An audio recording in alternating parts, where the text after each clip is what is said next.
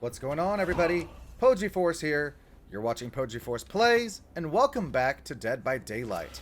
So the new chapter has finally been released, and with that comes Pinhead, the new killer from Hellraiser.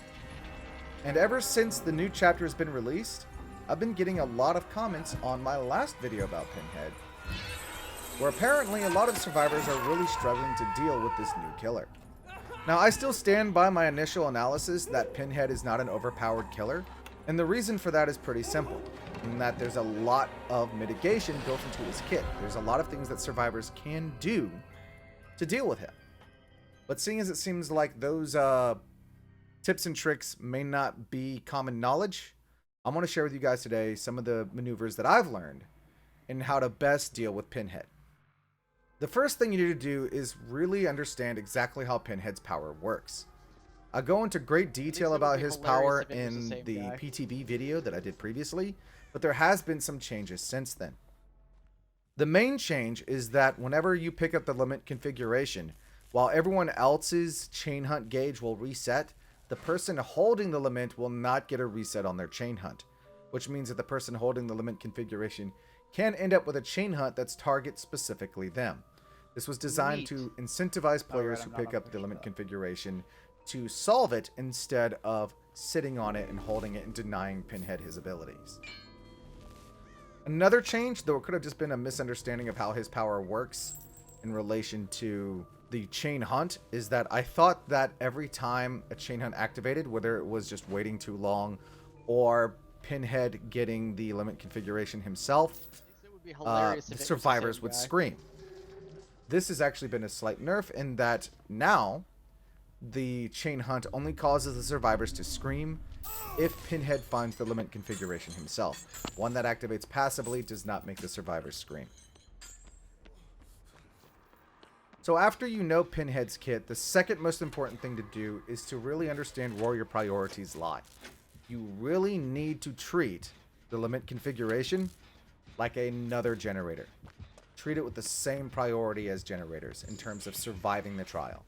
Because if the chain hunt fills up and everyone's being attacked by chains, no one's getting anything done. So someone has to dedicate themselves to going to the Lament configuration and picking it up and solving it. When it comes to being the person with the Lament configuration, there's a number of things that you can do with it. Mainly, you want to make sure that no other survivors are nearby while you're solving it, because if Pinhead decides to teleport to you, then he's not disrupting only you, but the other survivor who's present near you. So try not to solve the Lament configuration near any other survivors. You actually have control over when you solve the Lament, so it's better to try to pick an environment that's favorable to you. If you can find a good palette or a good window, it would really benefit you to choose those locations for solving the Lament configuration, so that way when Pinhead does show up, you're in an optimal situation for looping and escaping. If a chain hunt does activate, then it's important to know how to avoid the chains as you go to pick up the Lament configuration, because a chain hunt will not stop until the Lament configuration is picked up. Now, the good thing about the chains that are summoned by the Lament configuration is that they move in a straight line towards you, and that actually makes them fairly easy to dodge. Moving side to side in relation to the portal makes it very easy, even while walking, to dodge chains. Just try not to move straight away from a portal, because odds are the chain will still hit you and slow you down. Probably the best way to move, if you're not going to actively pay attention to the portals as you're moving through the trial, is to move in a zigzag pattern. Generally, that means you're going to be moving diagonally to the chains, so the odds are they're not going to hit you. Chains also spawn in groups of 3 during a chain hunt before a brief pause before spawning again. So you can also hear the portals spawning. So if you hear the portal spawning, zigzag as you move, and then when the portals stop, you can continue to move normally. Now that may be it for the Lament configuration, but what about his active ability, Summons of Pain? The Summons of Pain actually works very similarly to the portals spawned by the Lament configuration during a chain hunt. So if you see the portal, try to dodge side to side, because the chaining that comes out of the Summons of Pain doesn't have a lot of side to side movement. It does have some, and it is controllable, but it cannot turn super sharply. So it's better to try to move side to side to avoid it, and try to move as far away from Pinhead himself as you can. because while his portal for Summons of Pain is active, Pinhead cannot move. So that is actually your best opportunity to try to get some distance. If he does hit you with the Summons of Pain, you can actually break the chains faster by putting objects between you and the portal. Objects like trees, rocks, walls will all break chains if they happen to touch the chain. Incidentally, other survivors and even Pinhead himself can break a chain by passing between you and the chain. Though if a survivor passes through the chain, they end up getting a chain summoned on them. So you have to be careful how you use them. Oh. Oops. When looping Pinhead, you have to be sure that you try to loop him in places with high walls and good strong pallets and windows. Because short loops, if he chains you, it's very easy for him to catch up and hit you before you get away.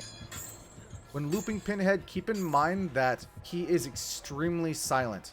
Unlike a lot of other killers who make noises like heavy breathing, rattling noises, shifting of their weapon, Pinhead makes no noise when he's just moving around.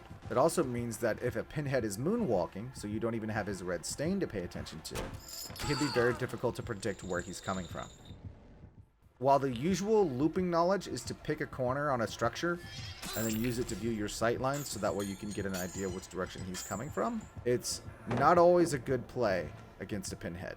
And it might be better to just go ahead and try to make distance. You just get auto. Throwing pallets against Pinhead early is fine, but you want to make sure that it's not an unsafe pallet. Because if he chains you and then can easily quickly go around, he's going to hit you before you can get away.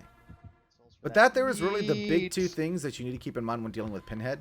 You want to make sure that you make use of your environment to break chains quickly to minimize how long you're slowed down.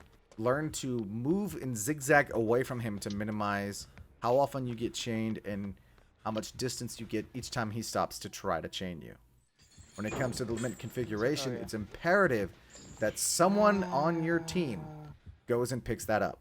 Yeah. And make sure that you use it at a good spot so that way you do not find yourself in a bad place versus him. Pinhead is a really strong killer, but there's a lot of tools here for survivors to use that can make his powers not as effective against the group. It just requires teamwork and smart play. So that's all I have for you today on how to battle against the Pinhead in Dead by Daylight.